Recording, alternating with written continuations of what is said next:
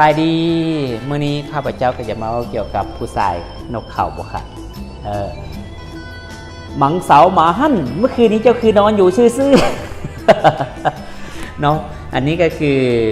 ผู้ชายเขาเนาะถ้านกเขาบ่ขันมันจะเสียซาดเซิงทรายนะเขาบอกว่าตอนที่มันเกิดมาพร้อมหอมบันนั้นปล่อยให้มันตายก่อนเนี่ยมันอันตรายสุดเลยของผู้ชายเขาเนาะมื้อนี้เขาจะมาเกี่ยวกับเรื่องผู้ชายนะก่อนที่นกเขาบ่ขันนกเขาบ่ขันนึ่งมาคือเขากินเหล้ากินเบียร์หลายเนาะให้พ่อนแน่ซองมาก็คือสูบยาเนาะ3มาก็คือเกี่ยวกับระบบขับถ่ายนะถ้ามื้อนี้เขากินข้าวลงไปแล้ว2-3 มื้อยังให้แน่นอนเนาะโอกาสที่จะเฮ็ดในนกเขาบ่ขันนี่ก็มีสูง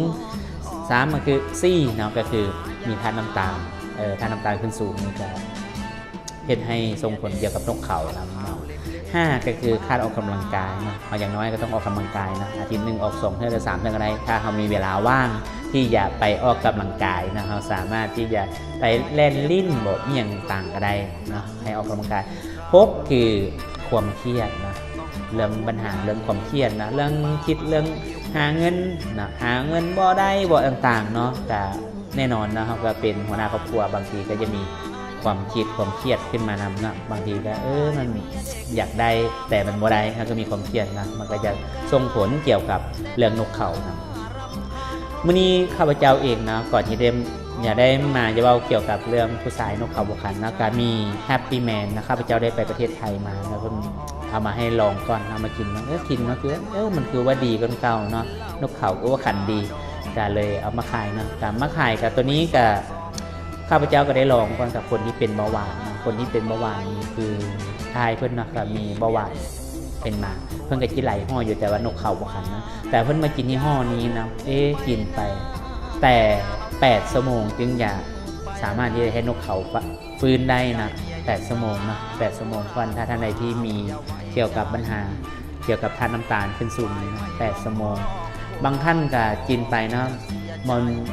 บอกว่ามันเป็นยังไงนะบางคนก็ค่าน้ำตาลขึ้นสูงเกินเนาะบางคนก็กินมันก็3 กรัมยังจะเห็นมันตื่นกลับขึ้นมาเนาะมีไอ้นึงกับนกเขาบุคันมาได้3 เดือนแล้วนะบริขันมาได้3 เดือนที่มาซื้อกินเมื่อนั้นเพิ่นเห็นแล้วมันก็ได้ซื้อไป4 กรัมซื้อไป4 กรัมเพิ่นก็ไปกินลงเบิ่ง2 กรัมยังไม่เห็นผลนะกรัมที่3มันฟื้นขึ้นมาให้เห็นนะเมื่อวานเมื่อคืนนี้ก็มาซื้ออีก3 กรัมอันนี้คือข้าพเจ้าขายไปแล้วก็ติดตามไปนะเกี่ยวกับนกเขาบุคันนะข้อสำคัญที่สุดเนาะแฮปปี้แมนนี่ข้าพเจ้าก็บอกว่าจังไหนเนาะถ้าท่านใดที่กินยาตัวอื่นอยู่นะ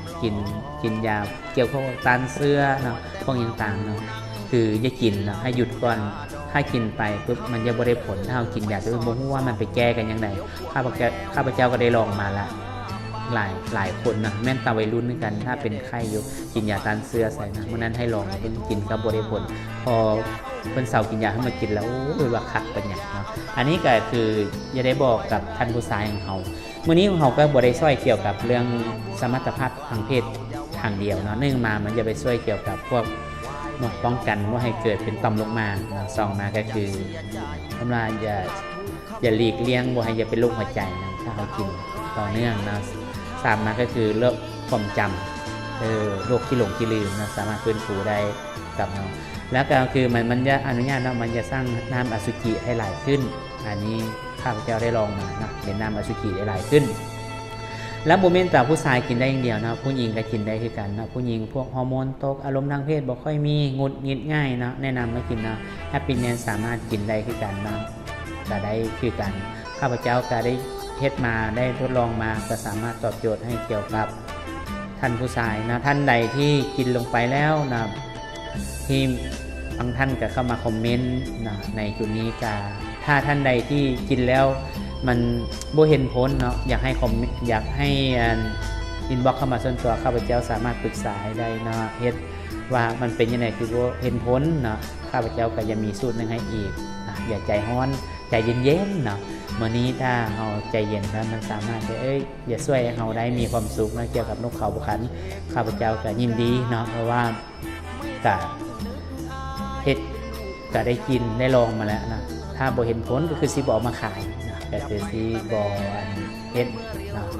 ก็สุดท้ายนี้นะท่านใดที่สนใจแฮปปี้แมนก็สามารถอินบ็อกซ์เข้ามาได้หาข้าพเจ้าได้เองเลยนะขอบใจสบาย